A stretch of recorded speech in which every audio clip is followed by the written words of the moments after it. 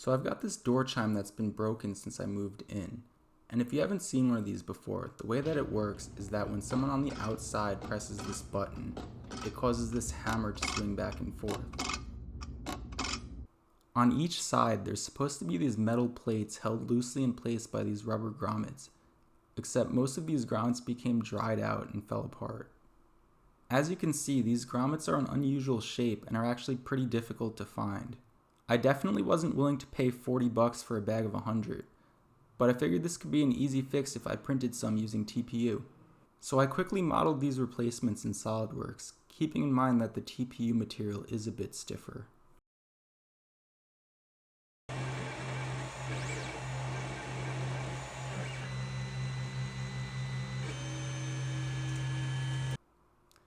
Definitely not the best print quality, but these should work.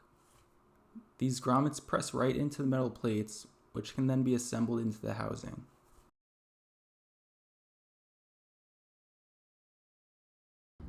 And now for the moment of truth.